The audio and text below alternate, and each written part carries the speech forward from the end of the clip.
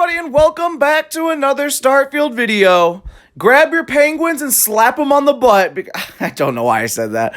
I don't really know why anybody would have a penguin in their house. But anyway, today is a great day for mods, so let's just get into it. Up first, we have Planets and Biomes Overhaul. Now, I know I do a few visual mods here and there, and I always say that they're nice because they kind of freshen up and make the game feel new. This is probably the king of making the game feel new, in the sense that, well, it literally says what it does. Planets and biomes have been overhauled. So as you can see, there are several planets here that look totally different than anything you would have normally seen.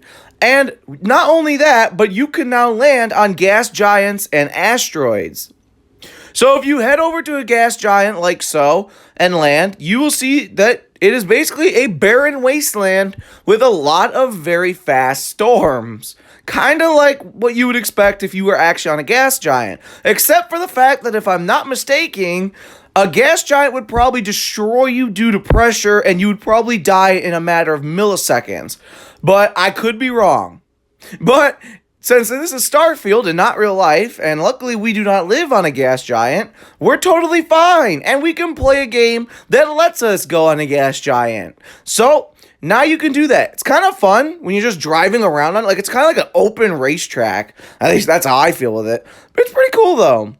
And several other planets, like Gagarin or whatever the fudge is pronounced, will also be drastically changed. As you can see, it now has a very pink hue to the atmosphere. And I do not normally believe it has that, so please correct me if I'm wrong. But there is other instances where I did check and can confirm it. I do believe Earth and everything in the Sol system is not touched, if I'm not mistaken. But as you can see, here is Magnar. I'm going to go on a Magnar, and you'll see that as we're landing, there's already a drastic change. Like, the sky is pretty much pink, and it actually looks pretty nice, though. I'm not going to lie. It looks so much different than normal, and it's pretty nice. But if you switch over to without the mod installed, it just looks like a normal planet with a bright blue sky. So, as you can see, the planets are drastically changed, specifically the atmosphere. And if we move over to other planets, it will just continue to show a good difference. Even if it's slight difference, like this planet, where basically the sky is just brightened up, but it's still blue. It's like a toothpaste blue, and when you switch to no mod installed, it's like a normal sky blue. Don't worry though, for those curious ones out there, I did check, and sadly you cannot land on the gas giant Bonnier. We all know what it really should be, but anyway, moving on. Some planets are more changed than others. For example, this one is completely green. I feel like I'm inside of a Shamrock Shake from McDonald's. And when we take the mod off, it's like I'm in some vanilla ice cream that got covered in fudge and is now that weird white-brown mix that happens when the fudge is with the vanilla. Okay, I'm getting so off topic. Anyway, as you can see, though, planets do take a drastic difference. Like this one that has a pink sky, but when you look towards where the sun is, it's more yellow. And without the mod, it's literally just blue. So if you're looking for one that really changes planets like crazy, then this mod is literally like the greatest mod you will ever know.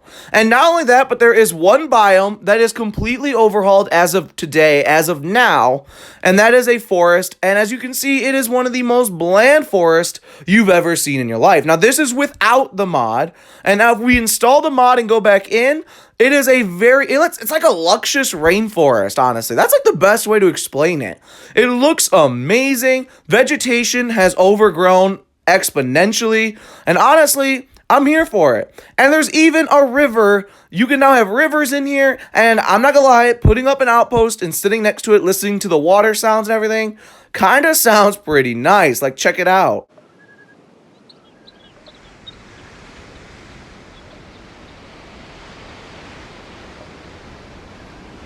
For our next mod, we're going to be heading over to the Industrial Workbench to make the Celestial Quake Rifle. Now, and don't forget the ammo too, otherwise not much is going to happen with the gun. You need to make Quake cartridges as well. But the weapon is good fun, it looks great, and it really just feels good. It has good reload animation, and it will also have a cool effect that every 5th shot fired is like an explosive. It's like actually really cool. It comes in 2 different colors, yellow yellow or green, and it just looks and acts really cool. It's like a laser beam kind of gun, shoots lasers, it feels like. And yeah, it's pretty cool. But of course, we all know that there's only one way to really test weapons out, and that is through terrorizing New Atlantis with it. No, I'm just kidding. That sounds bad, okay? That's not how you should always test your weapons. Only in Starfield, okay? But in Starfield, using this weapon can go tear it up, and it actually will do pretty good. Now, I am a very high level, so that might affect it a little bit too, but it does feel amazing. The 5th shot being an explosive shot is honestly so fun, makes it really good, and overall, it's really, really, really a good choice if you're looking for a new weapon. And don't forget, like I said, comes in a yellow and a green color. So if your favorite color is yellow or green, you're in luck. If your favorite color is not yellow or green, well, I'm sorry to tell you, but you're out of luck. For our next mod, we're going to be heading to the Zosma system, where our new player home by DownfallNemesis will be. Now, once you load in and you travel to a different instance, you will get a brand new quest, and it's going to literally just lead you right to the house. So you can either set course on it or find the system yourself and head over. Now, once you find Zosma 4B, you can go ahead and land at the mysterious signal. You're going to just want to follow the red lights. I mean, it literally guides you to where you got to go, but you're just going to want to follow them, and you're going to meet up with some bad guys. You're going to have to take them out, which you can now use your brand new Inquisitor Celestial Quake rifle. Haha, see what I did there? I tied it in. And that sounded dumb. But anyway, you can use your weapons, any weapon you want, and you can go ahead and take out all these enemies. Now, the only way to gain access to the house is to take out every single enemy and turret in the area. And your quest by the end will guide you to where all the enemies are, so that won't be the hardest part. Once you do, you will get the step to go into the home, and that is when you know that you have the house. So head inside the house, and you're going to be welcomed with a very recognizable yet fashionable home. So once you head in, you have to go through a little airlock system. Obviously, there's no air in this place. And once you get in, you're going to notice that it is the dream home. Now, this is the dream home with a little bit extra in it, like furniture already and all of that. And it's part of the dream home overhaul mod. Overhaul mod, I can't speak. That is what the interior is designed like. So you will get this nice home fully furnished. And I'll show you later that you can actually take out the furniture if you want to decorate it yourself. But it does come with a pool area with some table kind of sports. And yeah, it's actually really nice. It's a dream home, but has just enough to feel like a new home. And the place is great. And like I said later, you can decorate this yourself if you want to. But if you don't have a dream home, this is a great substitute. If you want the dream home, but you didn't take the trait. Now, up here in the office is going to be a computer right on the office desk. And you're just going to want to interact with it, click the message, read it, and you'll have access to the home from now on.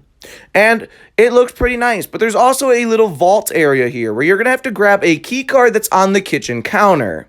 Once you do, you can head inside, and this is where you'll have your workbenches, aka your workshop, and you will also have a vault where you can keep some of your good valuables. And right next to the front door inside the home is going to be this computer screen here, and this is where you can go ahead and get rid of the furniture if you want to build your own, and this is also where you can buy some upgrades for your home, aka some turrets and some robots and all of that.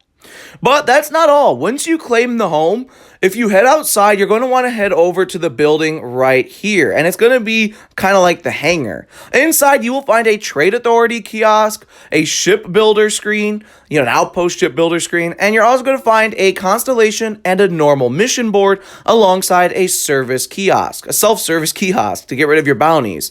So overall, this mod has everything you could need. Our next mod is going to be a bigger proportions for female body kind of mod with better female body outfits take 2. Now with this mod, you're going to be able to wear the Mark 1 spacesuit, Neva's outfit, swimsuit, and just your plain underwear, and you will get a larger proportion female body. So basically it's exactly what it says. It also comes with the first version of this mod included, which will increase Sarah's, Andrasia's outfits, the Neon Dancer outfits, and the Neo City outfits. So you will have a variety of new outfits that are bigger proportions.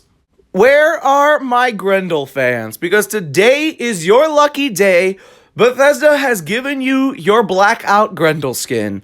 So obviously if you hate the white skin and you hate the way it looks, you can head over to a weapons workbench with this free Bethesda mod and go ahead and get it to be Blackout skinned, which looks amazing actually. It looks really good. I love the Blackout skins, especially on a weapon that actually looks like it made a difference. Not taking shots at Bethesda, I'm just saying.